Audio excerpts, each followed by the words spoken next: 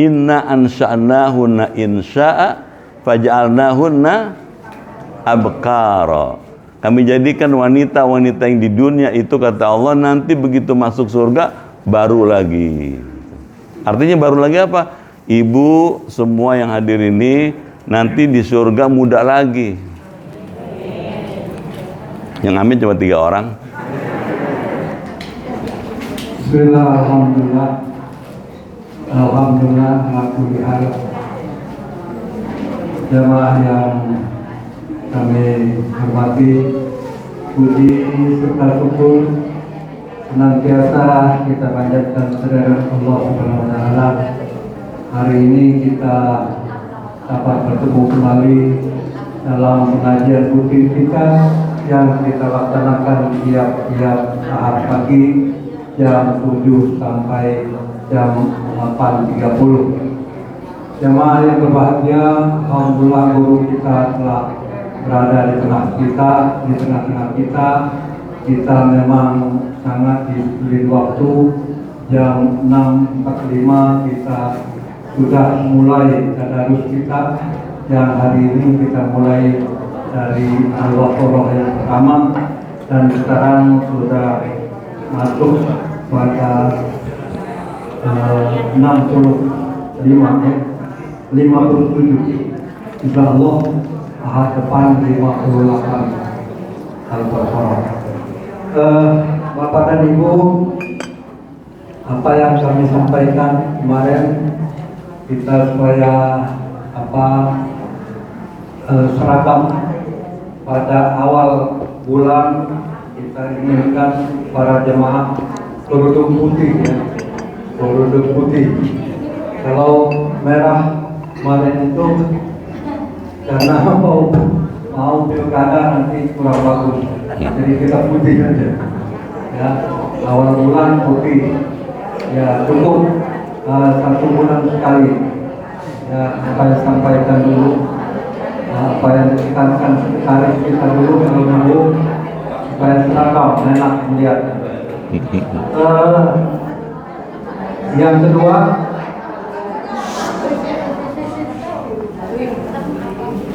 Bapak dan Ibu, yang kedua, kemarin banyak kita masukkan WA jemaah yang baru, ya. Tapi dari apa yang disampaikan kepada kami, WA itu ada yang tidak tercover karena SMS tidak ada WA-nya. Jadi mohon maaf yang tidak ada WA-nya tidak bisa dalam grup kita. Selanjutnya kita bersyukur tim kita tambah kompak, tambah banyak tim teknisnya, sehingga hari Ahad kemarin sudah kita mulai masukkan di YouTube, ya, dan alhamdulillah responnya cukup banyak, Pak Ustaz, ratusan, dan kebetulan hasilnya juga memuaskan, terang, ya, jelas, gambarnya jelas, suaranya jelas. Mudah-mudahan ke depan kita tayangkan kembali. Jadi kajian hari ini kita berikan kepada Bapak dan Ibu para jemaah setelah 2 hari, ya, diedit dulu baru ditayangkan 2 hari kemudian. Mudah-mudahan ini akan berlanjut. Tim teknis kita tambah selain kompak, peralatannya sudah semakin baik, ya, dibilang canggih belum, tapi semakin baik. Alhamdulillah Bapak dan Ibu, kita selalu diberi waktu jam 7 kita memulai pengajian kita, dan guru kita telah berada di tengah-tengah kita. Terima kasih. Wabillahi hidayah. Assalamualaikum warahmatullahi wabarakatuh. Ala hadhihi niyah wa likulli niyatin salihah jami'atin dafi'ah bi anna Allah yaftahu alaina futuhal arifin wa yufaqihuna fid din wa 'allimna ta'wil wa hdina ila sawa'is sabil wa bis sanad muttasil al imam al mufassir rahimahullahu ta'ala wa nafa'na bihi wa bi ulumihi wa adama naf'a fi ulumihi wa bikum fid daraini amin wa bi anallaha yashfi amradana wa amradahum wala siyama Natasha Sisilia binti Darmanto Indrianto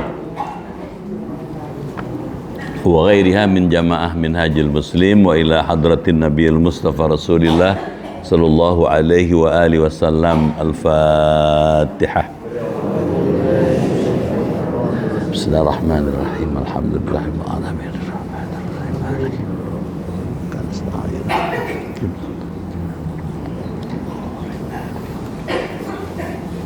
Bismillahirrahmanirrahim. Ya Fattahu ya Alim, iftah abwaba qulubina binuri ma'rifatik wa akhrij alaina min dhulumatil jahli wal wahmi ila nuril fahmi wal ilmi waftah alaina abwaba ilmika kama fatahtaha ala anbiyaika wa ulamaika al mutaqaddimin al mutaakhirin wansur alaina rahmataka ya dzal jalali wal ikram.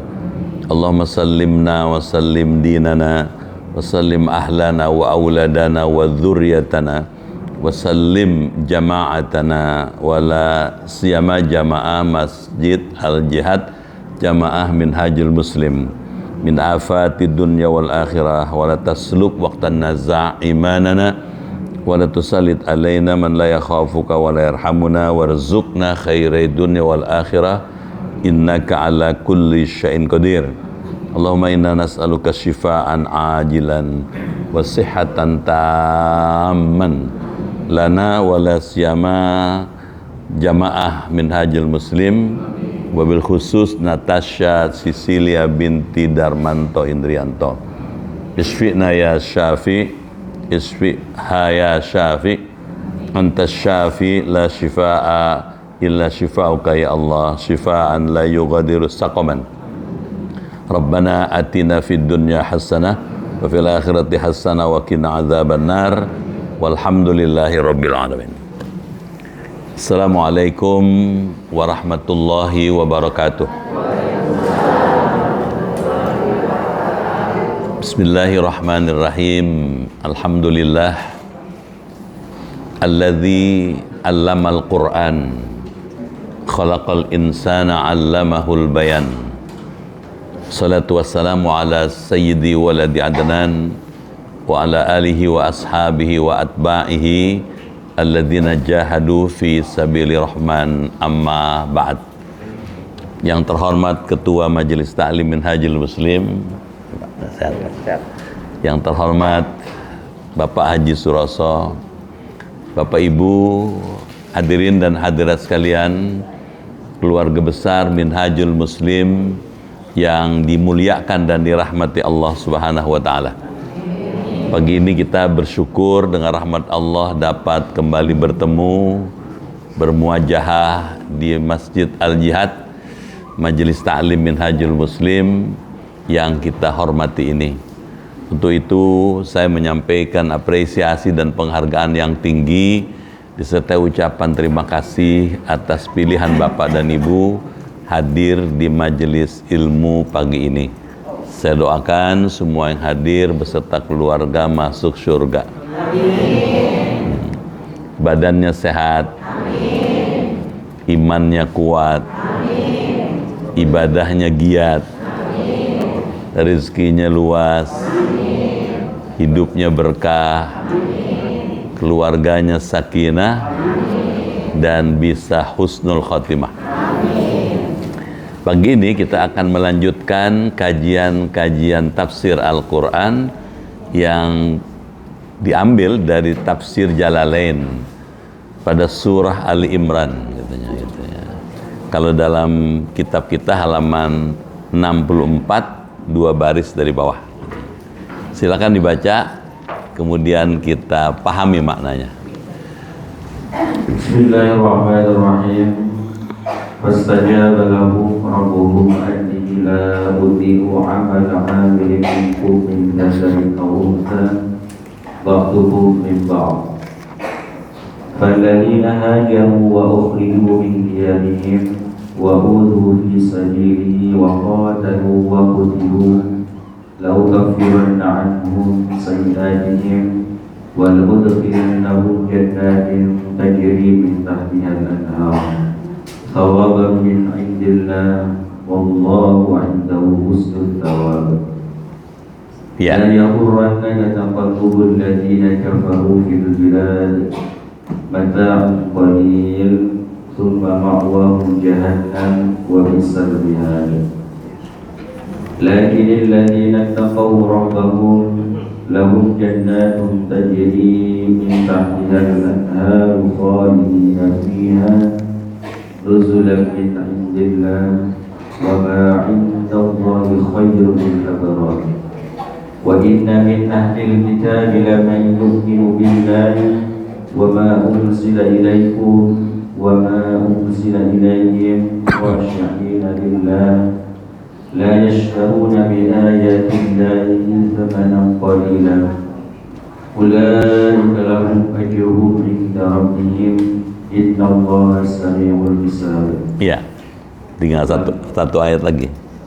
Satu lagi habis. يا أيها الذين آمنوا اصبروا وصابروا ورابطوا واتقوا الله لعلكم تفلحون. صدق الله العظيم. Sadaqallah azim. Bapak Ibu yang dirahmati Allah, kita simak apa maknanya, seperti apa pahamnya, bagaimana tafsirnya dalam kitab Jalalain ini. Pada ayat sebelum ini isinya adalah mengandung doa, katanya. Bagaimana orang-orang yang disebut ulul albab, ya, para cerdik cendekia itu, ya, punya obsesi yang begitu besar, punya keinginan yang begitu kuat untuk melakukan dua hal dalam kehidupannya. Yang pertama, mereka adalah orang-orang yang banyak mengingat Allah, zikir, katanya. Yang kedua, orang ulul albab itu orang-orang yang selalu banyak berfikir, katanya. Jadi dua ciri ini, zikir, fikir, zikir, fikir, katanya. Berzikir antara lain dengan berdoa, gitu, memohon kepada Allah, gitu. Tujuannya adalah olah jiwa, olah hati, katanya. Olah kalbu, katanya.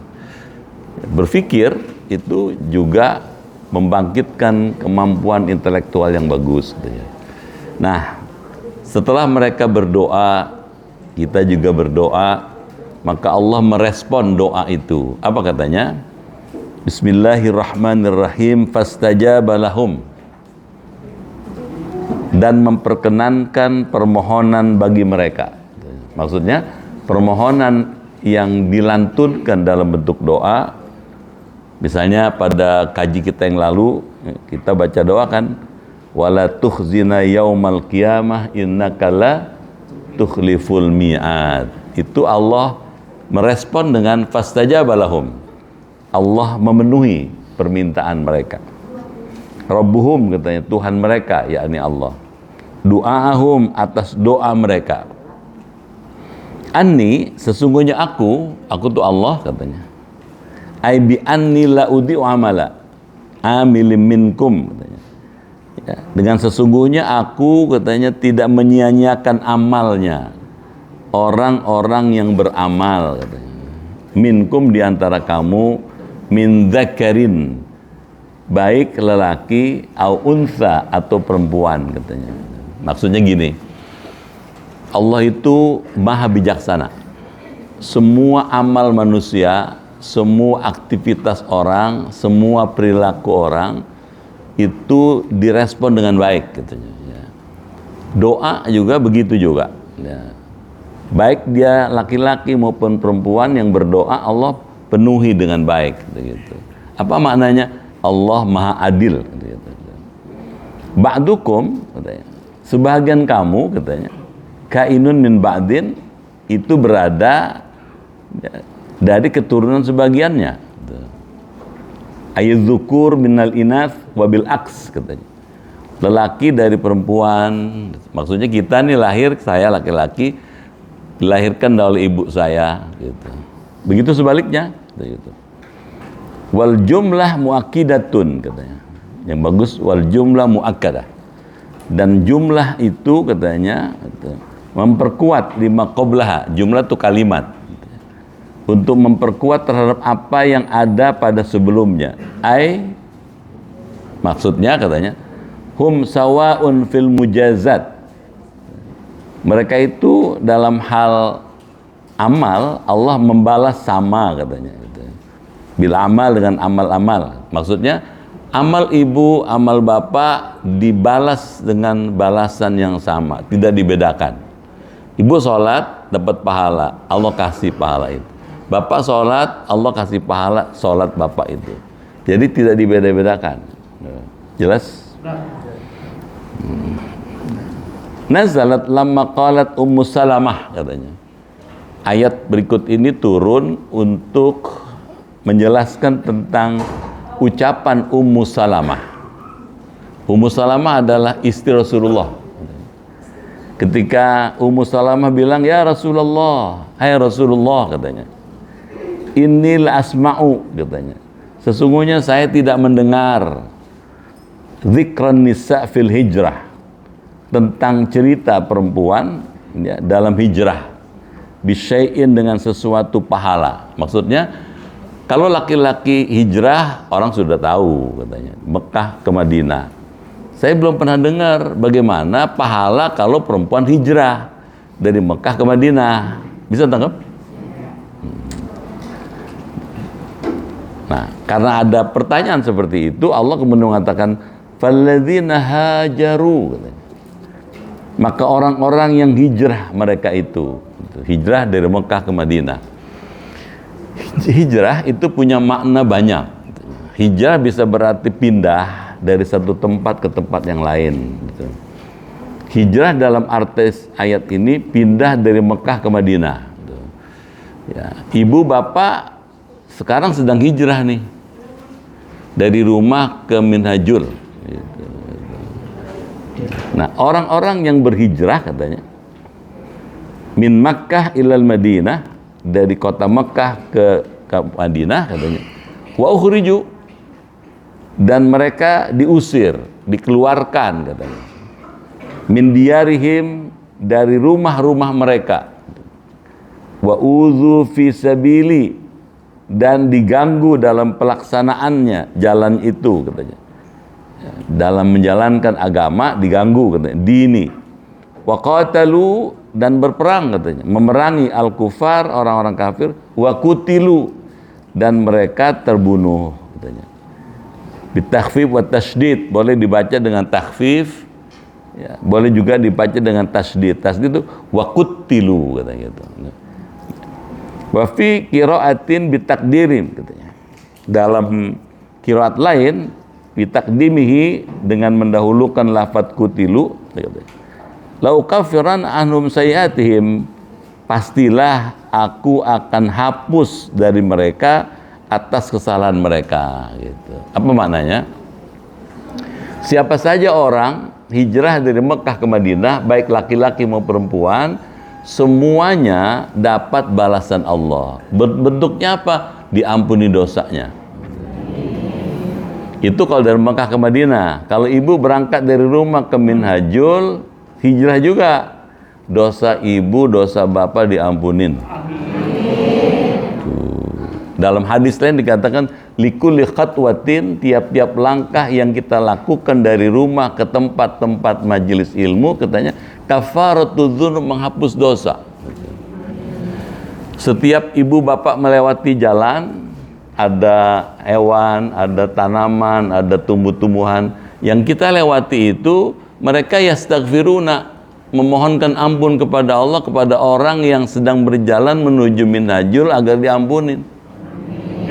Sayang sih kita nggak kedengeran ya.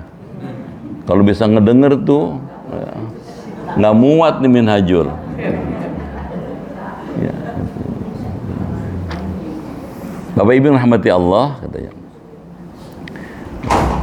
Asturuha katanya. Aku katanya tutupi kesalahannya, akunya Allah. Bil maghfirah, dengan ampunan. Bukan cuman itu katanya. Wala udkhilannahum, dan pastilah aku katanya masukkan mereka, akunya Allah katanya, Kemana? Jannatin, ke surga-surga. Banyak surganya. Jannat katanya. Kalau satu jannah, kalau banyak jannat katanya. Allah masukkan mereka ke surga-surga. Tajri min tahtihal anhar, yang mengalir dari bawahnya, dari bawah surga itu sungai-sungai katanya. Kenapa sungai-sungai? Karena banyak sungainya. Ada sungai yang terbuat dari khamar. Khamar itu arak katanya. Ada sungai yang airnya terbuat dari al-asal, madu. Ada sungai yang airnya terbuat dari laban, susu. Ada sungai yang airnya terbuat dari air yang sangat jernih dan sangat menyenangkan. Jadi ibu nanti di surga punya tempat tinggal, bapak juga itu akan tinggal di surga dengan dilingkungi dengan air sungai yang banyak, yang nyenengin gitu. Ibu bisa bayangkan, bapak bisa bayangkan orang Timur Tengah seperti orang Mekah itu nggak pernah lihat rumahnya dikelilingi sungai yang mengalir gitu. Jadi ilustrasi ayat ini ingin memberikan kesan surga itu indah, surga itu menyenangkan. Karena itu menimbulkan daya tarik orang untuk mau datang ke sana. Nah, supaya kepengen masuk surga itu orang disuruh banyakin amal soleh. Gitu. Setuju ya? Di ujung ayat dikatakan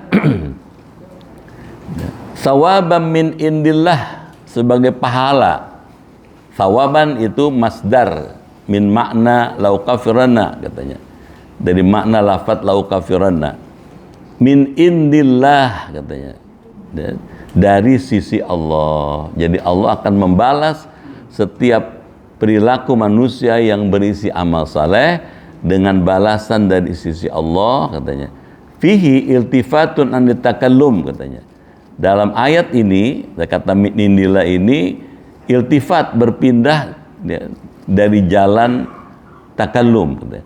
Wallahu indahu husnul thawab, dan Allah itu tetap katanya indallah, pada sisinya sebaik-baiknya thawab pahala. Apa maknanya? Mari kita lihat.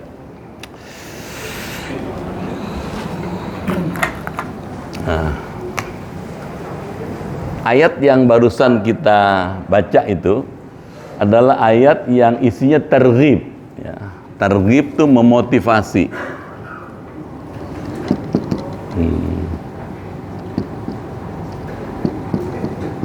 At-targhib. Memotivasi apa? Gitu.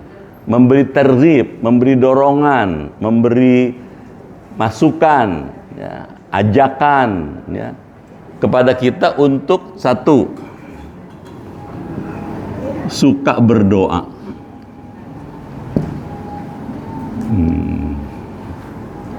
Apa itu doa?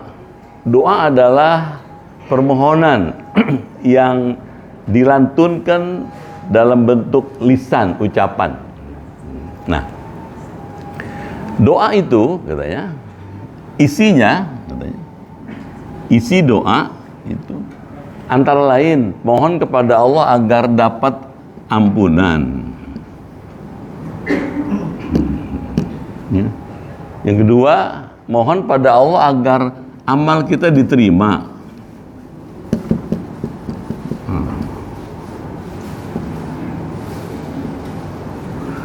Doa seperti ini itu akan direspon oleh Allah dengan dikabulkan doa.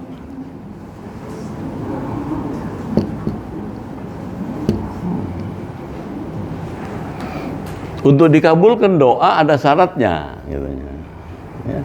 Orang yang dikabulkan doanya itu harus beriman. Bisa tanggap? Jadi syaratnya adalah iman. Doa itu dilantunkan dengan dasar iman.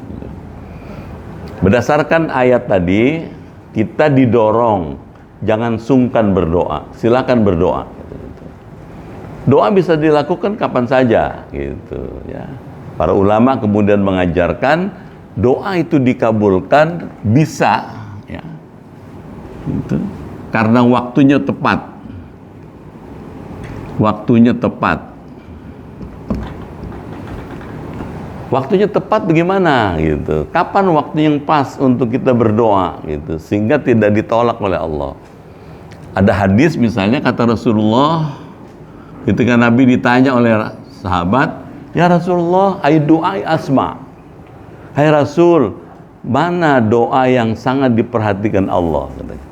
Asma itu sangat didengar oleh Allah. Nabi jawab, sulusul lail al-akhir. Doa itu sangat diperhatikan kalau dilakukan sepertiga malam terakhir.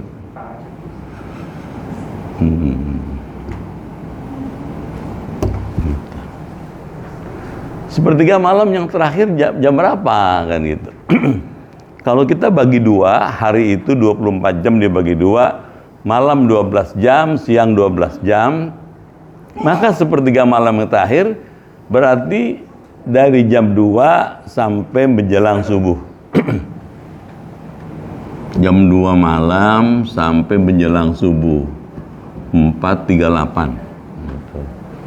Bapak dan Ibu silahkan memilih waktu ini untuk doa gitu. Kalau jam 2 mungkin kemalaman ya gitu. Ya Ibu Bapak bangun jam 4, sholat tahajud 2 rakaat, tutup dengan witir, baca doa. Masih sempat gitu. Satu. Yang kedua, kata Rasulullah, doa itu dikabulkan oleh Allah karena waktunya tepat. Kapan kita fi duburi kulli salatin maktubah, setelah sholat fardu,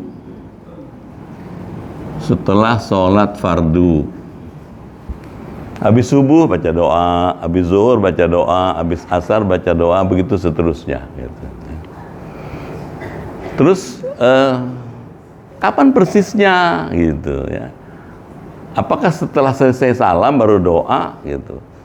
Para ulama ahli hadis kemudian mengajarkan bahwa boleh juga doa itu dilantunkan ma baina tasyahud wassalam, antara tasyahud ke salam gitu. Tasyahud akhir sampai fil alamina innaka hamidum majid itu boleh baca doa gitu. Ya, kemudian salam. Jadi antara fil alamina innaka hamidum majid sampai salam silakan isi doa situ gitu. Nah, terus doanya doa yang apa gitu. Bapak bisa mengisi doa antara tasyahud akhir sampai salam itu dengan doa warid anil Quran yang terdapat di Quran gitu. Ya. Kalau Ibu Bapak buka Quran ada 200 doa di Quran. Ya. Ada 200 doa dalam Quran. Banyak, dari doa Nabi Adam sampai doa Nabi Muhammad. Silakan pilih. Ada banyak lagi ratusan doa yang diajarkan Rasulullah. Silakan itu gitu ya. Nah, terus kadang-kadang orang kepingin doa pakai bahasa lokal gitu.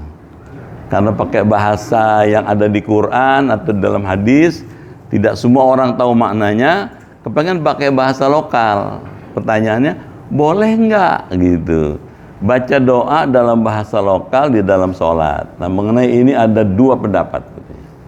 Pendapat yang pertama mengatakan boleh baca doa dalam bahasa lokal, bukan bahasa Quran, bahkan bahasa hadis gitu, karena ada hadisnya. Nabi Muhammad pernah mendengar sahabat baca doa dalam bahasa Persia. Nabi diamnya Nabi mengisyaratkan bolehnya doa dalam bahasa lokal. Kenapa? Karena Allah ngerti bahasa apa aja gitu. Jelas? Tapi ada juga yang bersitegang, itu bersikeras, nggak boleh. Kalau mau baca doa, silakan doa pakai bahasa yang ada di Quran, ada yang di dalam hadis Nabi gitu. Bisa tangkap? Gitu. Nah, jadi ada dua pendapat mengenai ini. Nah, ada yang ketiga, ya, karena kontroversi antara boleh dengan tidak pakai bahasa lokal, kemudian ada bilang mendingan baca doa dalam hati aja dah. Gitu. Tidak dilafalkan, tapi tujuannya tercapai. Gitu. Ya. Saya termasuk yang bersepaham bahwa boleh doa dalam bahasa lokal. Gitu. Cuman ada cumanya. Kalau jadi imam Jangan panjang-panjang baca doanya. Paham ya? Habis tasyahud akhir sebelum salam silakan baca doa yang singkat gitu. Kenapa? Karena kalau kita jadi imam baca doanya panjang-panjang membuat jamaahnya makmumnya jadi gelisah. Ada yang batuk, ada yang dehem. Ini kayaknya udah kelar doa, udah kelar tasyahud kok nggak kelar-kelar, nggak salam-salam, jangan-jangan imamnya tiduran nih. Jadi baik nih gitu ya. Ini gitu. Tapi ada doa yang dikabulkan oleh Allah karena alasan tempat.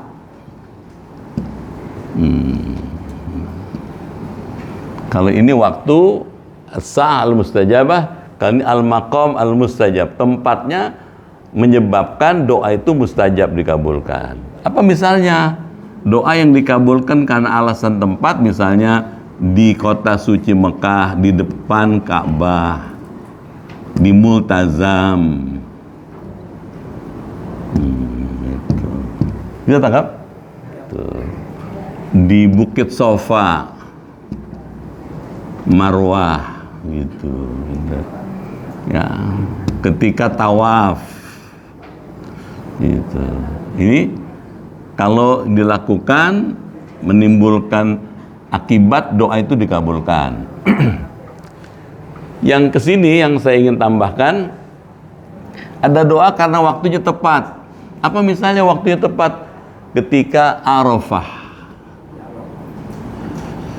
Ketika orang sedang melaksanakan wukuf di Arafah, dia berdoa di Arafah, nah doanya itu dikabulkan Allah, gitu ya.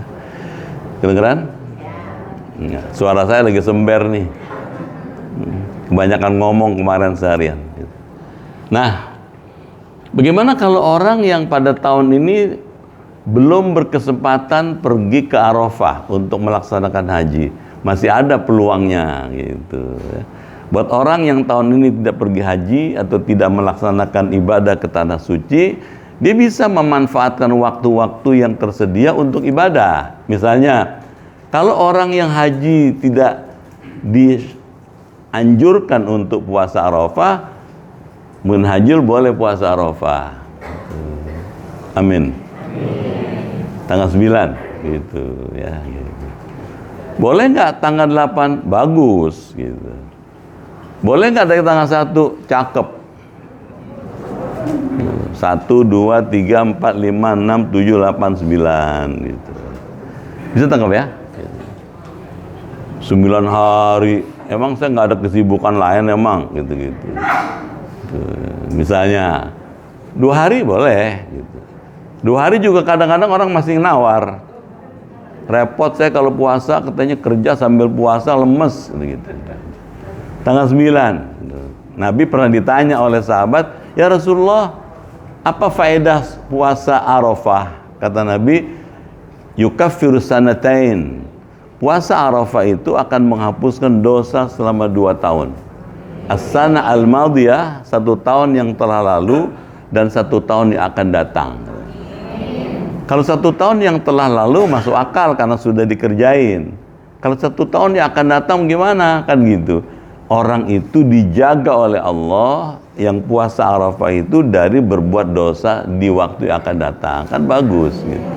Tausiahnya, kalau ibu bapak tahun ini tidak pergi haji, silakan puasa Arafah gitu. Waktu puasa Arafah doa gitu. Jelas? Nah, jadi ini ya, ini. Kalau ini kita lakukan, kita berhak sini gitu. Ini sini gitu. Jelas? Kan kepengen doanya makbul. Nah, kalau kepengen doanya makbul seperti ini. Tapi ada ulama lain mengajarkan bahwa kalau kepengen doa makbul, itu rukunnya doa mesti dipenuhi katanya. Apa rukunnya doa? Ada rukunnya doa. 1 katanya, doa itu akan dikabulkan kalau katanya aklul halal, makan yang halal. Kedengeran? Makan yang halal. Ya. Jadi bapak ibu kalau makan periksa dulu halal nggak nih makanan. Gitu. Uang yang kita peroleh halal nggak? Gitu. Hati-hati. Kalau makanan atau uang yang kita peroleh tidak halal, dibawa pulang ke rumah, dimasak orang rumah, dimakan orang serumah, kata Rasulullah sama dengan membakar orang serumah. Kullu lahmin nabata minas suh fannaru aula bih. Tiap-tiap daging yang tumbuh dari makanan yang sumbernya haram, fannar, api neraka lebih layak buat orang itu dibandingkan surga. Jadi hati-hati gitu. Kedengeran? Tuh. Ibu kedengeran nggak? Jangan asal banyak. Waduh, laki saya katanya pintar banget cari duit. Pulang bawa duit dua koper. Dolar semua lagi gitu. Ya, jadi mesti hati-hati. Tanya dulu, biasa bawa 2 amplop, sekarang 2 koper kan mesti mencurigakan nih, ada apa nih gitu. Jadi mesti diperiksa dulu, tanya dulu. Jangan sampai gara-gara kini kita jadi nyemplung semua nih. Jadi mesti diperhatikan makan yang halal, aklul halal. Yang kedua as-sidqu, hidup benar, jujur. Ini katanya as-sidqu. Kalau pagi subuh atau sebelum subuh kita baca doa minta rezeki yang halal. Nabi Muhammad tuh kalau habis qobliyah subuh baca doa, Allahumma inni as'aluka ilman nafi'an wa amalan mutaqabbalan wa rizqan thayyiban. Minta 3. Ya Allah, aku mohon kepada Engkau ilmu yang bermanfaat, amal yang diterima, rezeki yang baik, katanya.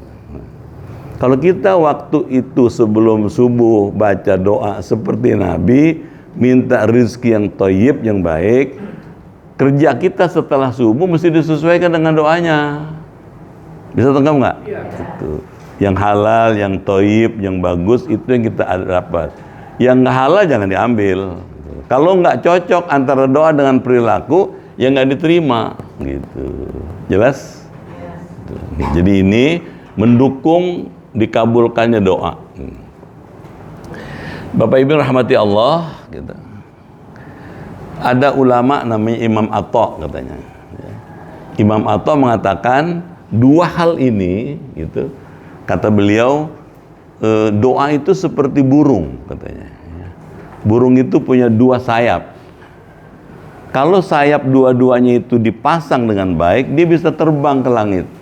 Artinya, kalau doa itu ketika orang berdoa memenuhi 2 unsur ini, dia bisa naik ke langit gitu. Maksudnya bisa sampai ke hadirat Allah. Gitu. Mudah-mudahan ya. Ngaji kan mesti ada perubahan dong gitu. Ya. Makanya dikatakan fastajabna lahum. Fastajaba lahum, maka kami kabulkan katanya. Kami terima doa mereka. Setelah kita memenuhi unsur-unsur gini kata kita. Kita lanjut sekarang.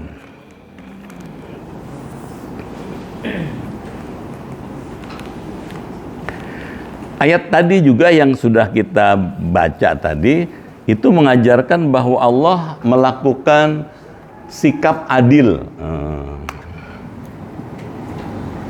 Sikap adil. Adil gimana gitu? Adil memperlakukan setiap manusia yang beramal, baik itu laki-laki maupun perempuan. Orang laki-laki kalau beramal dapat pahala. Orang perempuan kalau beramal juga dapat pahala gitu. Sama, Allah nggak membeda-bedakan gitu. Nah, ayat ini ingin menterghib, memotivasi kita. Ya, ibu ya jangan kecil hati. Kalau laki-laki bisa sholat berjamaah, ibu juga bisa mendapatkan pahala berjamaah. Misalnya, kalau suami ibu sholat berjamaah di masjid, ibu bisa berjamaah dengan anak, dengan pembantu misalnya di rumah. Bisa tahu nggak? Iya. Gitu. Terus Ada Ummu Salamah pernah tanya, ya Rasul, kenapa yang diwajibkan Jumat cuma laki-laki, yang diwajibkan jihad cuma laki-laki? Kami perempuan juga bisa jihad, katanya. Kedengeran? Itu kata Nabi, kamu ngurus keluargamu itu jihad fisabilillah. Jadi orang minhajul nggak usah jihad pergi ke Syria. Ibu-ibu pada bebenah-benah nyiapin koper, mau kemana? Pergi ke Syria, ke sana. Ngapain jihad? Ibu ngurus suami jihad tuh. Diam aja. Ngurus keluarga jihad tuh. Bapak-bapak nih ngurus masjid minhajul, ngurus majelis taklim jihad gitu. Jadi jihad banyak lapangannya, banyak ruangnya, banyak kesempatannya. Manfaatkan mumpung kita masih bisa gitu. Nah, baik laki-laki maupun perempuan, kalau jihad, jihad. Jadi jihad tidak mesti perang. Kedengeran?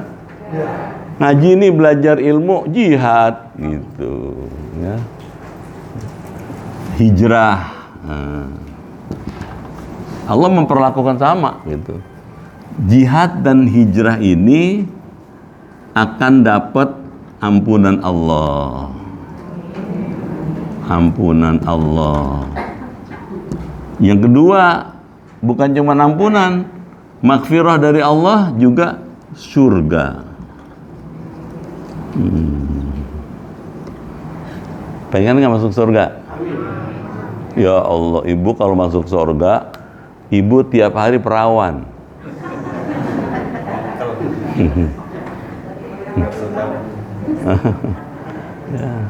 Uruban atroba, inna ansha'nahunna insya'a faj'alnahunna abkara.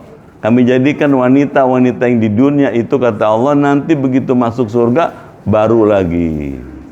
Artinya baru lagi apa?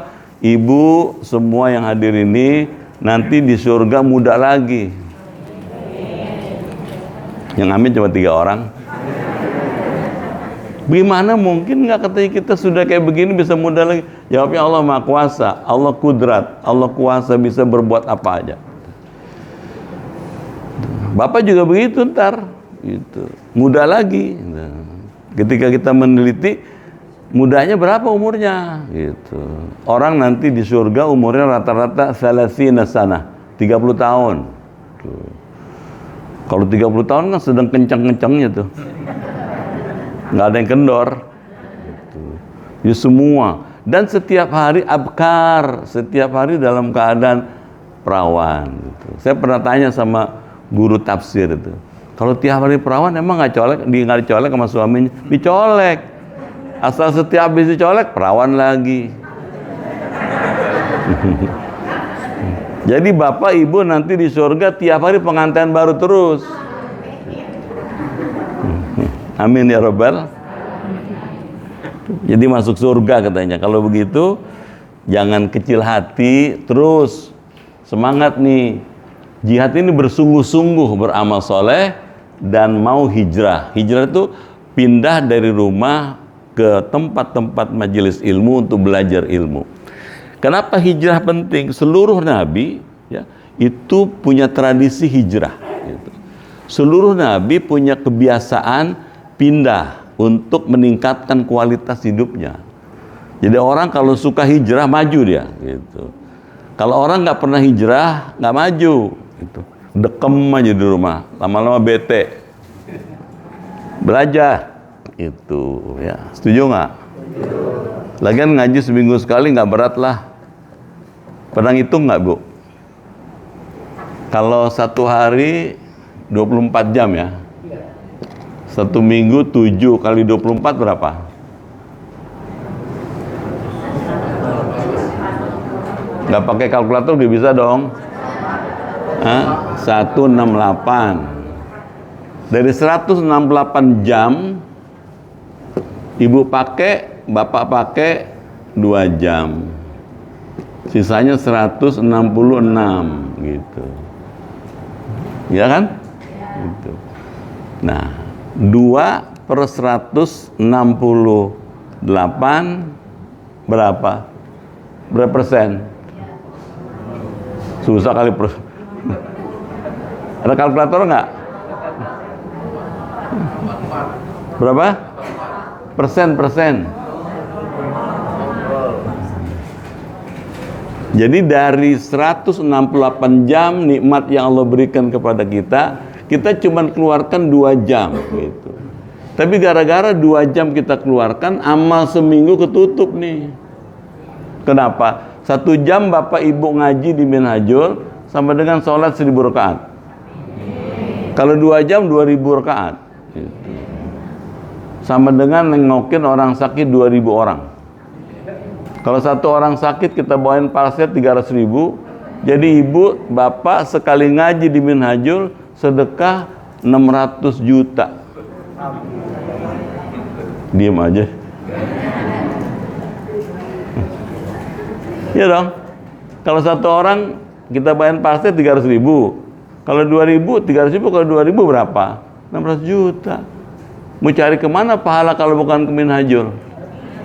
Kalau begitu asal hari Ahad jam 7 Minhajul. Amin. Tuh, kenapa? Modalnya nggak banyak, untungnya gede. Tuh, untung besar nih. Tuh. Nggak ada, ya, nggak ada sampai 1%. Gitu. Kalau 2/200.000 kan 1%. Gitu. Ini nggak sampai 1%. Dari umur kita 1 minggu kita keluarkan, tapi pahalanya besar. Kalau gitu gimana? Belajar terus gitu. Dan orang yang sukses umumnya karena belajar. Jangan nggak belajar, karena dengan belajar ilmu itu kita jadi meningkat kualitas pemahaman, kualitas pengetahuan, dan hidupnya jadi baru lagi. Kenapa? Karena yang dipelajari sesuatu yang baru, pikirannya baru lagi. Kalau banyak belajar yang baru-baru, lama-lama baru terus gitu. Segar aja gitu. Udah tua tapi kelihatan masih muda. Diam aja. Baik. Kita lanjut sekarang.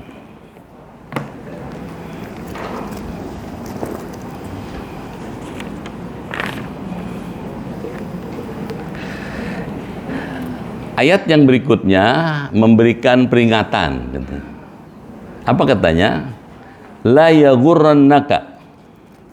Janganlah sekali-kali, katanya, menjadikan tipuan kepadamu, katanya. Taqallubul ladzina kafaru, katanya. Ya.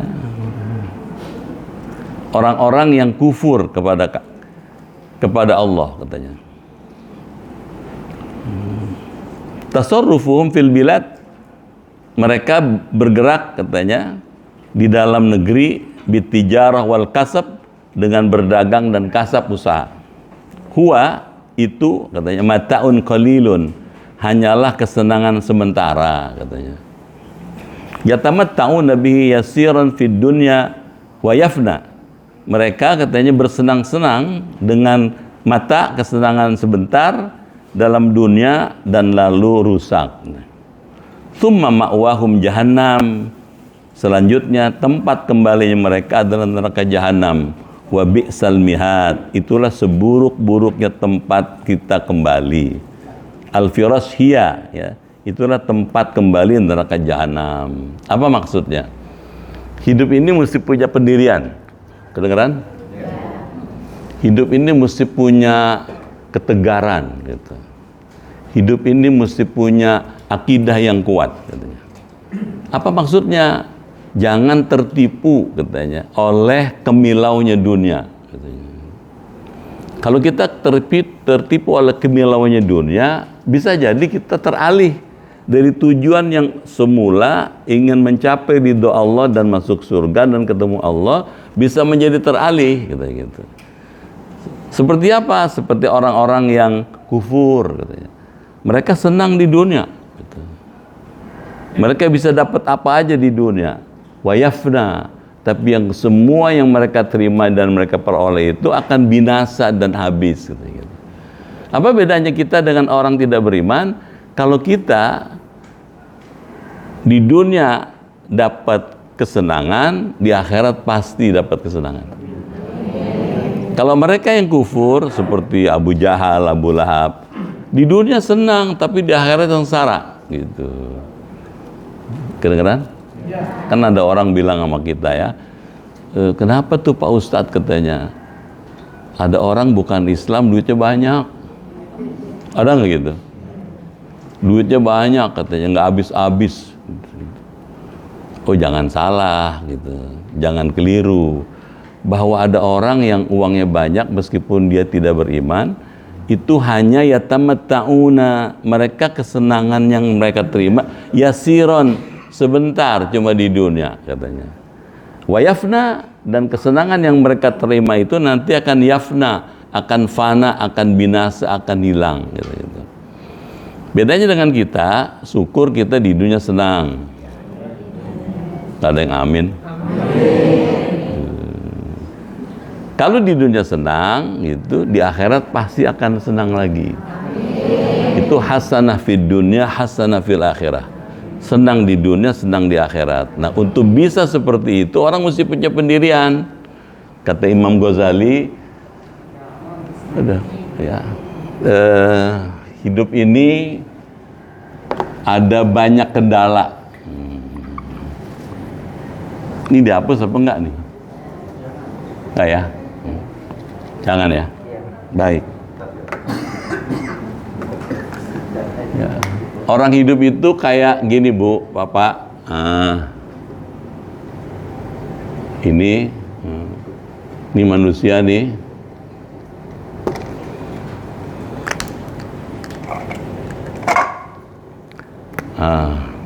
Ini Allah Subhanahu wa ta'ala. Jadi orang hidup di dunia itu kayak orang long march. Ya, jalan semua nih. Sehari, 2 hari, sebulan, 2 bulan, setahun, 2 tahun gitu. Lama-lama sampai ke ujung. Ada orang yang jalan dari sini sampai ke Allah, ketemu Allah, bisa berjumpa dengan Allah. Tapi ada orang yang tujuannya kepada Allah tapi nggak nyampe, gitu. Mungkin nggak? Menyimpang dia. Sini. Nah, untuk bisa sampai kepada Allah, Allah membuat gitu kendala-kendala. Bisa tangkap nggak? Ada constraint namanya, ada awaik, ada kendala-kendala. Kendala yang pertama, hawa nafsu. Hawa nafsu ada diri kita, gitu ya. Kedengeran ya? Hawa nafsu ada pada diri kita. Dia mengendala kita. Kalau kita nurutin hawa nafsu, yang semula tujuannya menghadap Allah, bisa nggak jadi, nggak nyampe. Justru kemarin nih, gitu. Apa ada contohnya? Banyak. Gitu. Misalnya Fir'aun, karena nurutin hawa nafsunya, dia nggak bisa ketemu Allah, gitu. Korun, kaya raya, gitu. Padahal dulunya orang alim dia, gitu. Ya, dia minta sama Nabi Musa supaya didoakan jadi kaya. Setelah didoakan, Allah kasih kekayaan, dia lupa kepada Allah dan sombong. Bukan cuma itu, dia murtad, dia menyembah dewa yang berbentuk seperti kepalanya seperti buaya, gitu. Nah, dibinasakan Allah. Jadi ngumbar nafsu. Yang kedua, kendala yang kedua, syaitan. Setan juga punya kemampuan mengalihkan manusia dari Allah. Contoh, ibu bapak dengar azan subuh. Begitu dengar azan subuh, kita diingatkan oleh malaikat, cepetan subuh, berjamaah, pahalanya besar. Ada nggak? Buruan berjamaah, gitu ya. Gitu. Begitu kita disadarkan untuk cepat beribadah, setan bisikin, baru juga azan. Gitu. Belum ada orang di masjid, katanya. Baru mau azan merbot doang, katanya. Kalau kita sudah, biarin saya berangkat buruan, katanya. Di luar hujan, gitu. Kalau kita ikutin itu, kita akan tidak sampai kemari, justru kemari, gitu. Syaitan. Yang ketiga, kendala yang ketiga, manusia. Kadang manusia juga jadi pengendala yang menyebabkan orang yang mestinya sampai ke sini nggak nyampe. Gitu. Siapa misalnya manusia, anak, keluarga, gitu. Berapa banyak orang yang karena anak dia tidak bisa sukses, justru malah jatuh. Tapi tidak jarang orang yang justru karena anak dia jadi mulia, gitu. Anak itu, teman. Ya. Yang ketiga, dunia dengan segala isinya. Yang keempat, dunia. Itu. Dunia itu apa itu misalnya? Harta, pangkat, jabatan, gitu. Nah, kenapa sih Allah menyediakan sejumlah kendala untuk bisa sampai ke sini? Ini supaya kita bisa mengatasi kendala 1, 2, 3, 4. Allah menyediakan pedoman, itulah Quran. Kedengaran ya? Quran ngasih tahu. Ya. Misalnya nih, Allah mengingatkan, alam ahad ilaikum ya bani adama. Apa katanya? Surah Yasin. Apa katanya? Bukankah sudah kami larang kamu untuk tidak anta'budas syaitan, gitu. Menyembah syaitan, gitu. Artinya Allah sedang ingatkan, setan itu musuh kamu. Jangan ikutin petunjuk setan, ikutilah petunjuk Allah dalam Quran ini, gitu.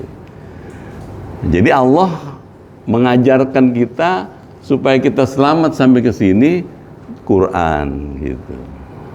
Contohnya lagi, apalagi manusia juga bisa jadi pengendala. Quran sudah ngasih tahu bahwa manusia tidak jarang, tidak sedikit menjadi sebab kita juga terjerumus jauh dari Allah, katanya.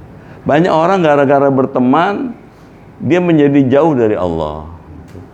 Banyak orang gara-gara harta jadi jauh dari Allah. Oleh karena itu, Quran memberikan pesan kepada kita, siap-siaplah hidup ini untuk selalu cerdas menghadapi 4 kendala ini.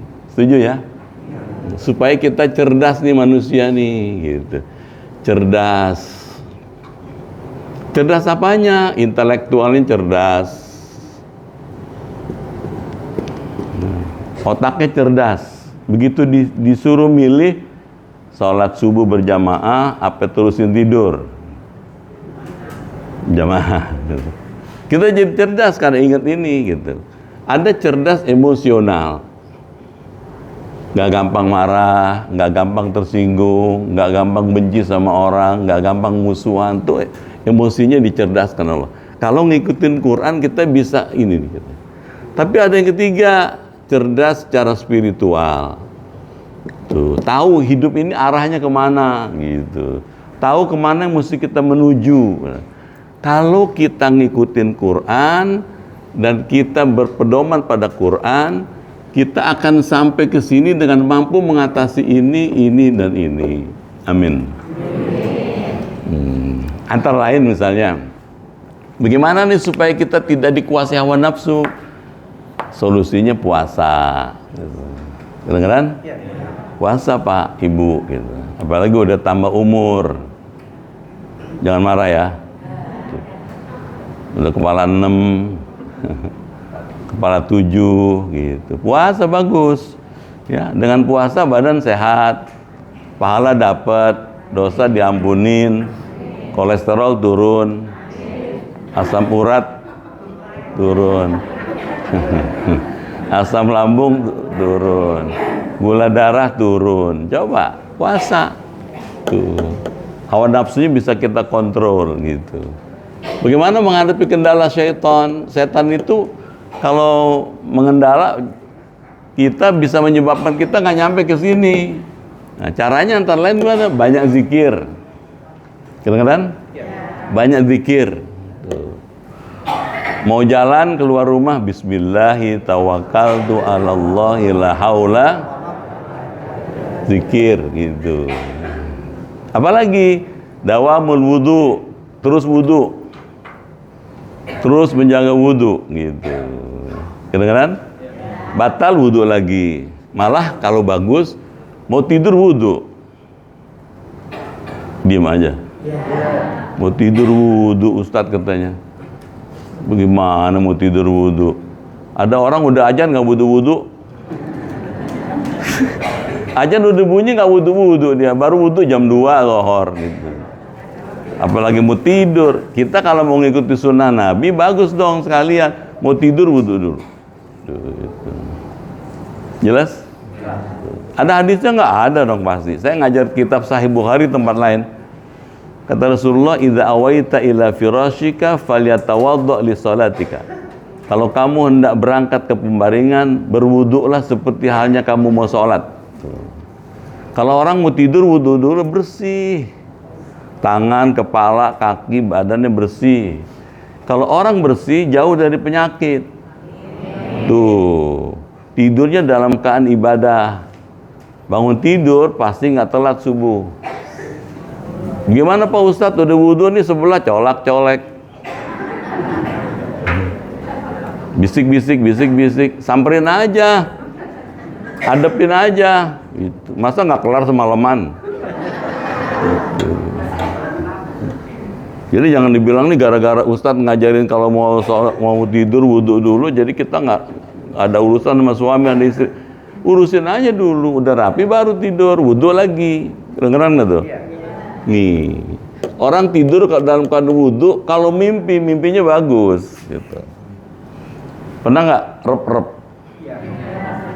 erup-erup, gitu. Mau ngomong susah, mau jalan susah, aduh capek tuh. Kenapa? Tidurnya nggak beres. Gitu. Nih, hadapi tuh setan.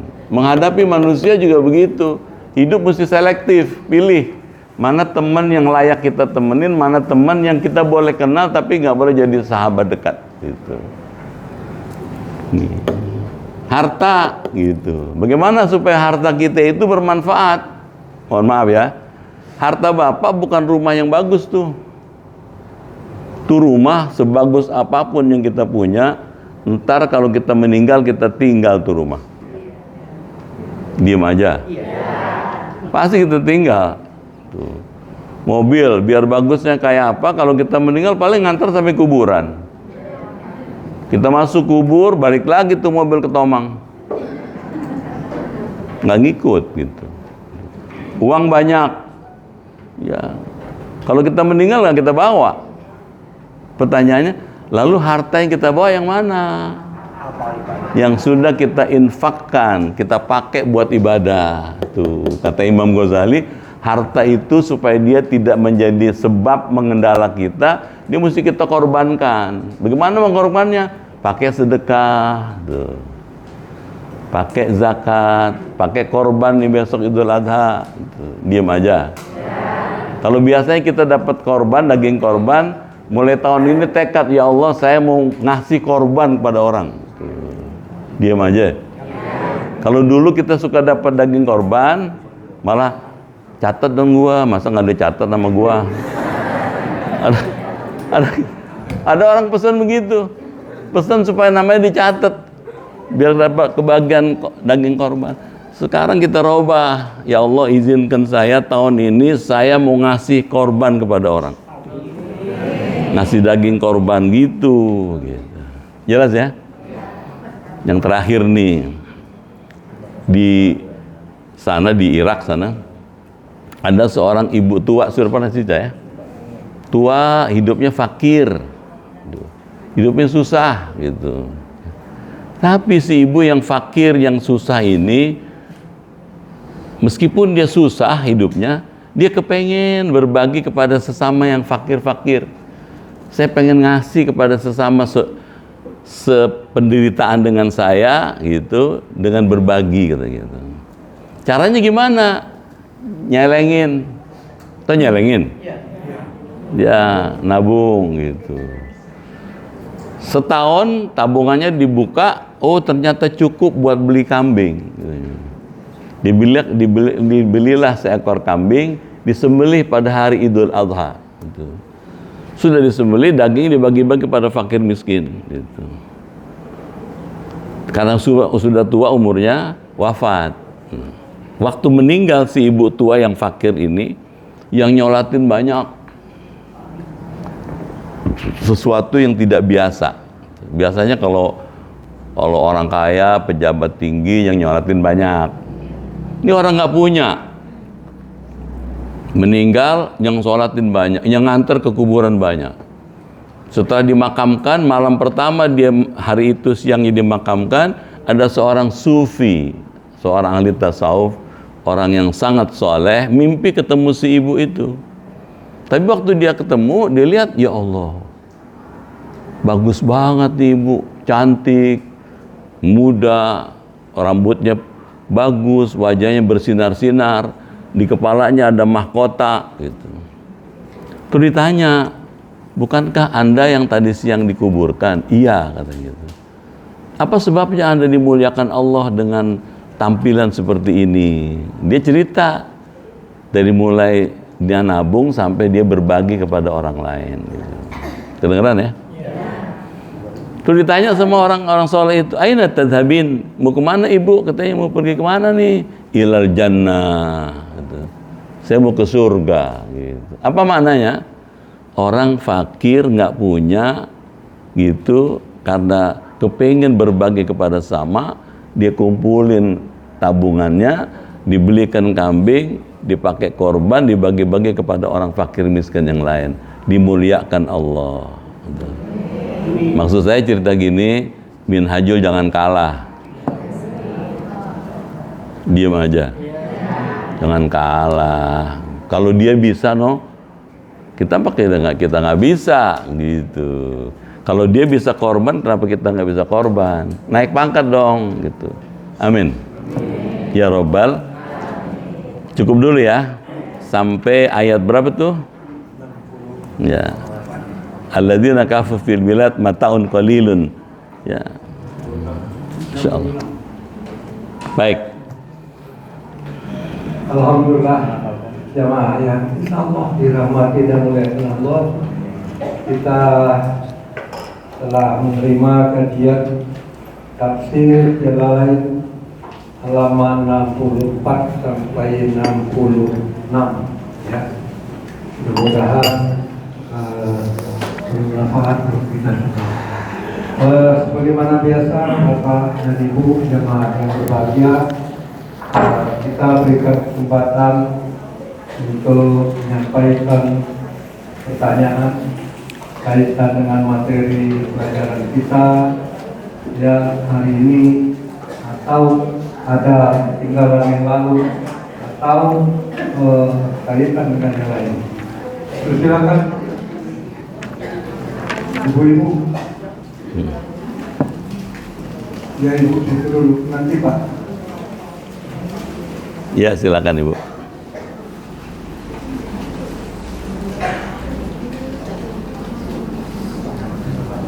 Assalamualaikum warahmatullahi wabarakatuh. Assalamualaikum.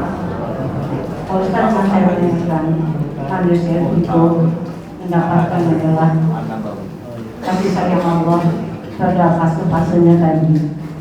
Di antara hal yang sudah semacamnya, untuk pertahankan itu ada 3 caranya tadi: cerdas otaknya, emosional dan spiritual.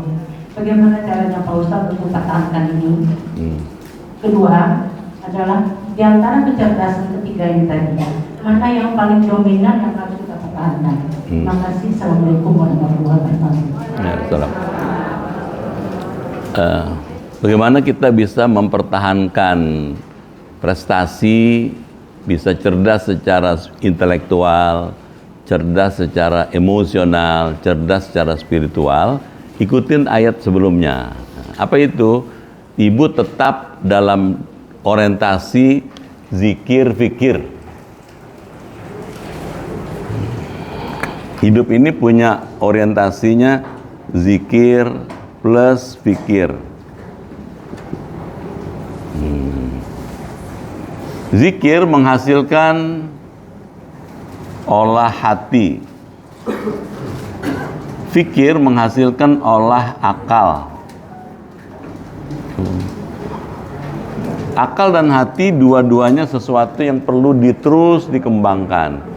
Kalau ibu memperbanyak zikir, memperbanyak fikir, ini akan tetap nih dipertahankan nih gitu. Ini akan bisa tetap kita pegang gitu. Jadi ini dua nih orientasinya. Terus yang kedua apa tadi? Di antara ketiga itu mana yang dominan? Oh ya, dari mana nih di antara yang dua ini? Pada hakikatnya semuanya penting gitu ya. Orang mesti cerdas secara intelektual supaya akalnya lantip, cepat nangkep sesuatu dengan baik dan bisa memecahkan. Emosionalnya juga bagus, nggak pemarah, nggak pendendam, nggak pembenci, tidak orang yang suka bermusuhan, gitu. Mampu mengendalikan emosi, tidak mudah marah. Juga spiritual, dia mampu mengelola arah hidupnya dengan baik. Dari tiga ini, misalnya ini dulu deh, emosinya dulu. Ya, kalau dia mampu mengendalikan emosinya, boleh jadi intelektualnya bagus gitu. Orang nggak bisa cerdas intelektualnya kalau pemarah gitu, pendendam, pembenci gitu, susah gitu. Jadi ini dulu gitu. Kalau ini udah ini. Nah untuk bisa ini, hawa nafsunya mesti dikontrol. Tadi tuh puasa sunnah gitu, bangun malam gitu. Itu mengontrol ini gitu. Kalau ini sudah bagus, akan sini bagus spiritualnya gitu ya.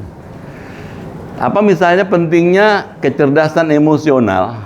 Saya kalau ibu baca buku, ada tulisan orang Amerika namanya Daniel Goleman.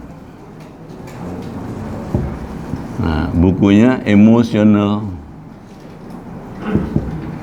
Intelligence. Ya. Daniel Goleman itu dalam bukunya dia cerita bahwa di Amerika Serikat ada sejumlah mahasiswa ngambil gelar doktor gitu. Satu di antara mereka pinter banget gitu ya, otaknya pinter gitu ya. Kalau ujian dari Profesor A nilainya bagus, Profesor B nilainya A, jadi bagus-bagus terus. Sekali tempo dia ujian dengan seorang guru besar, profesor, nilainya C. Kalau S3 nilai C nggak lulus. Begitu nggak lulus, disamperin tuh si guru besarnya itu. Dia tanya, kenapa profesor ngasih nilai saya C? Gitu. Gitu. Semua profesor di sini ngasih saya nilai A. Gitu. Kata si profesor, ya segitu kemampuan kamu. Saya tidak bisa memberi lebih dari yang kamu sudah peroleh. Gitu. Apa yang dilakukan si mahasiswa ini? Itu si profesor dibunuh. Tuh. Apa maknanya? Mahasiswa ini intelektualnya cerdas dia, gitu. Tapi emosionalnya nggak cerdas, gitu. Jadi otaknya cerdas, tapi emosinya nggak cerdas. Nah, kalau bisa emosi dulu kita kuasain, gitu. Nah, emosi yang bagus akan menghasilkan ini. Kalau diasah dengan zikir dan fikir akan menghasilkan ini, gitu. Jelas? Jadi ngaji-ngaji di Minhajul itu kalau ditelatenin akan mendapatkan 3 nih. Cerdas secara intelektual, cerdas secara emosional, cerdas secara spiritual, gitu. Nggak rugi datang ke Minhajul. Biar gurunya cemen nggak apa-apa.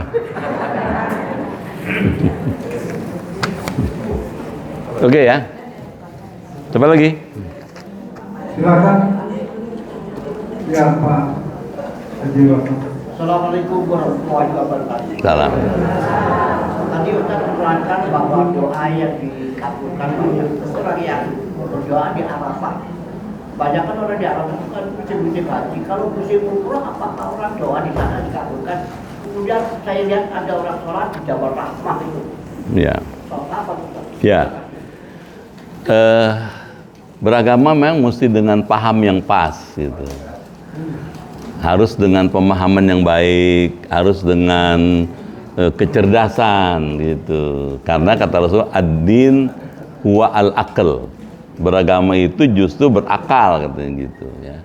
Nah, oleh karena itu ketika orang melaksanakan wukuf di Arafah gitu, dalam konteks melaksanakan ibadah wukuf di Arafah dalam rangka ibadah haji, nah doa yang dilantunkan ketika wukuf di Arafah berdasarkan sejumlah hadis mustajab gitu.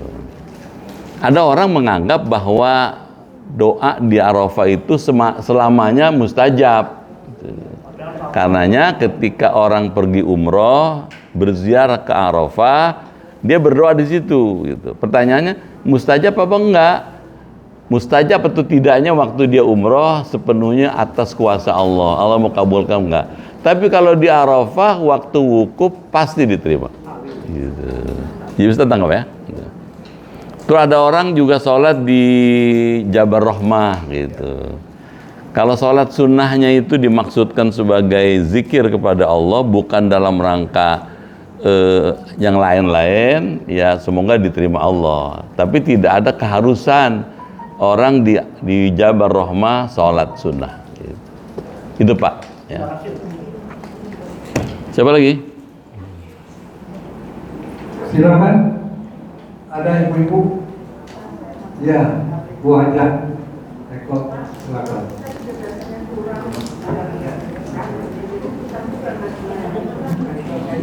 Biar kedengeran pakai mikrofon kali.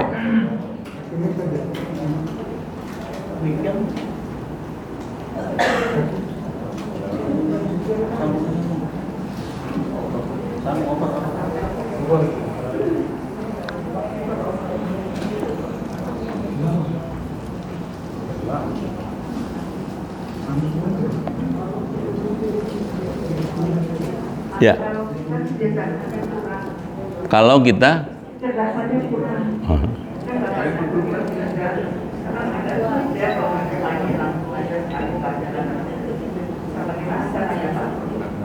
ya, kecerdasan manusia itu bertingkat-tingkat Ibu ya. Karena manusia kecerdasannya tidak sama, itu sebabnya Rasulullah mengajarkan utlubul ilma minal mahdi ilal lahdi. Tuntutlah olehmu ilmu pengetahuan sejak dari lahir, masih dalam buayan sampai masuk liang lahat. Nah, melakukan proses belajar mengajar seperti ini yang dilakukan terus menerus sampai akhir hayat kita, itu salah satu ikhtiar agar tingkat kecerdasan itu terus meningkat gitu ya. Jadi jangan merasa kecil hati Ibu. Kita semua umumnya orang-orang cerdas gitu. Karena orang-orang cerdas, yang mesti kita bangun adalah terus meningkatkan kecerdasan itu lebih optimal lagi. Caranya gimana? Terus belajar, jangan berhenti belajar. Terus dengar kajian, terus dengar ta'lim yang menghasilkan pencerahan kepada akal, pencerahan kepada jiwa, pencerahan kepada spirit kita, kepada hati kita. Jadi tausiahnya terus aja Ibu ya. Kalau saya doakan Ibu sehat ya. Semuanya sehat, panjang umur, duitnya banyak. Ya bagaimana ngaji kalau bokeh? Ya, perlu. Jadi tetap aja Ibu saya doakan ya. Semangat gitu ya. Dan jangan punya kebiasaan putus asa gitu. Apa kabar Ibu? Ya saya udah tua sakit-sakitan, jangan. Gitu. Ya, jangan gitu. Bahwa hidup ini ada sakit, ada sehat, itu memang dinamika hidup gitu ya. Kita mesti semangat gitu ya. Saya punya majelis taklim itu di tempat lain. Pernah saya cerita sini ya, mantan duta besar gitu, ya. Mantan duta besar dari mana-mana kumpul jadi satu bikin majelis taklim. Udah tua-tua 86 gitu, ada yang hampir 90, ada yang 74, ada yang macam-macam tuh gitu. Saya kasih semangat gitu. Semangat lagi, coba Ibu Bapak lihat Pak Mahathir no. Sudah 90 sekian tahun masih segar bugar aja gitu loh ya. Jelas? Semangat gitu. Ikhtiar jalan terus, usaha jalan terus gitu, sambil terus minta sama Allah gitu. Kan sudah saya pernah ajarin ya, doanya Nabi, doa anti stroke.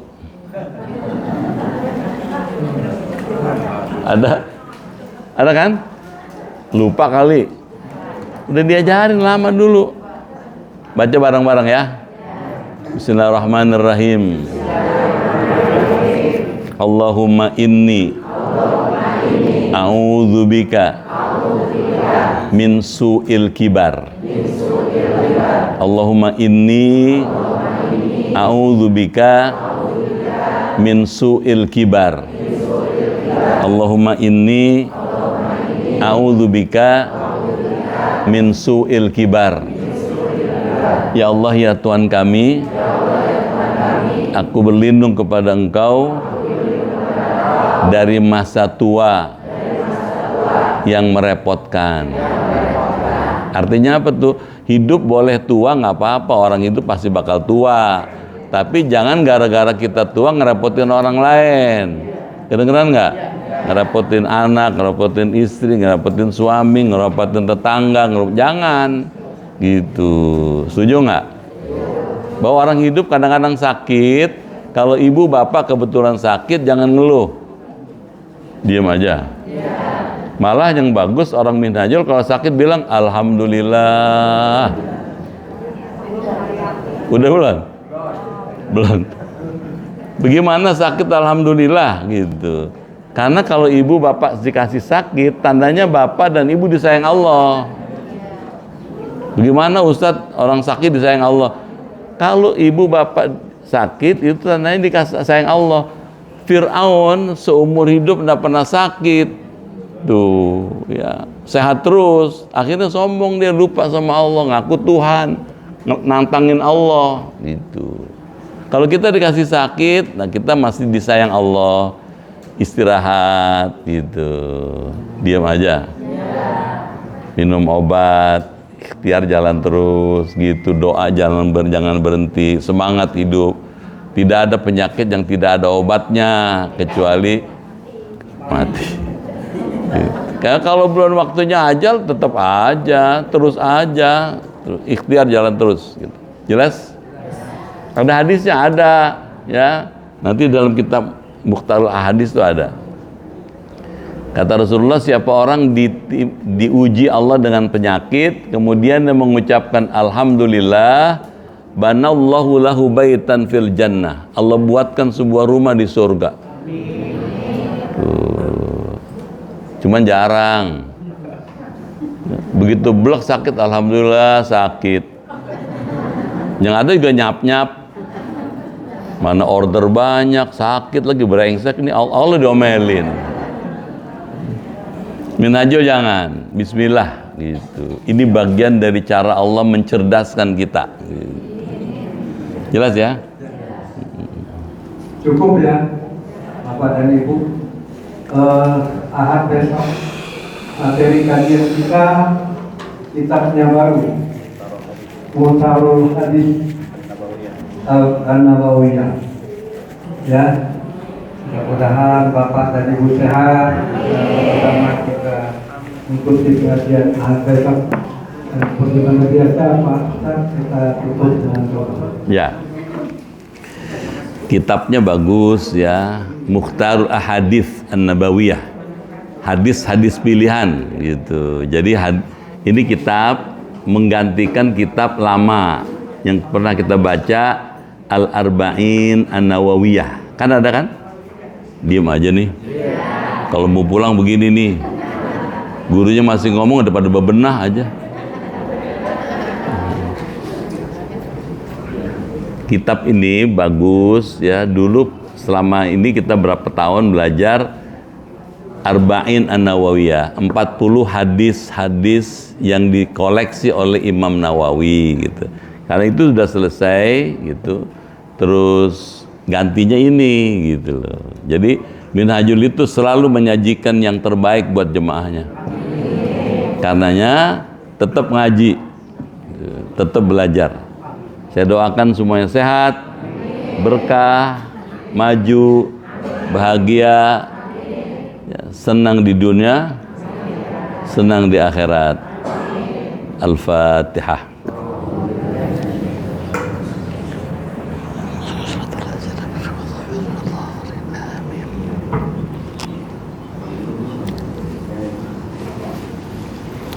Bismillahirrahmanirrahim.